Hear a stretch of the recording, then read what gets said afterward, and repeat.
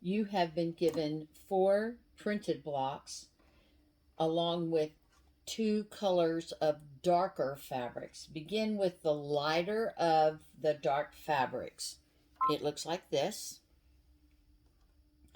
And we are going to place one of those strips right side up at your sewing machine. Then you're going to take one of the printed blocks. We are always going to start with the edge of the block that has the top edge of this block. Place it upside down on the strip of fabric. So this is the top edge, and we're going to leave it off the edge by about 3/4 of an inch. You can leave it a little more if you want. We are just trying to start within the darker fabric so that it prevents us from having to use lock stitches at the beginning and the end. We're using a neutral color thread, no pins, and we are using a 1/4 inch seam.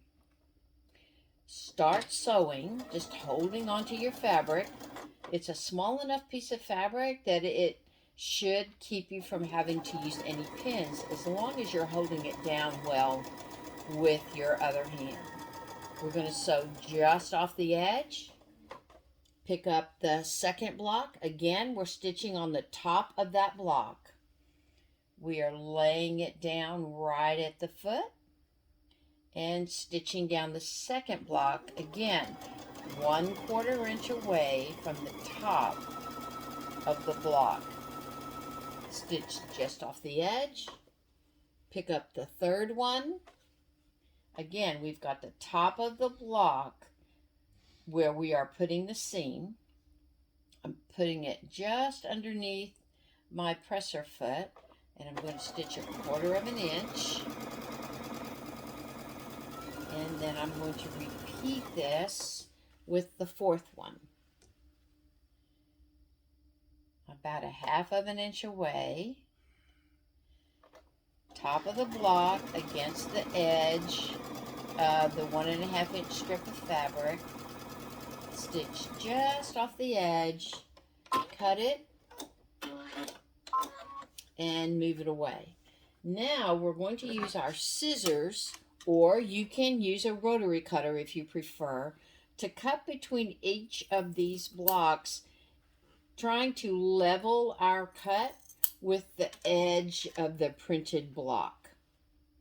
Sometimes if you go ahead and fold out that piece of fabric and try to cut it, it gets cut crooked.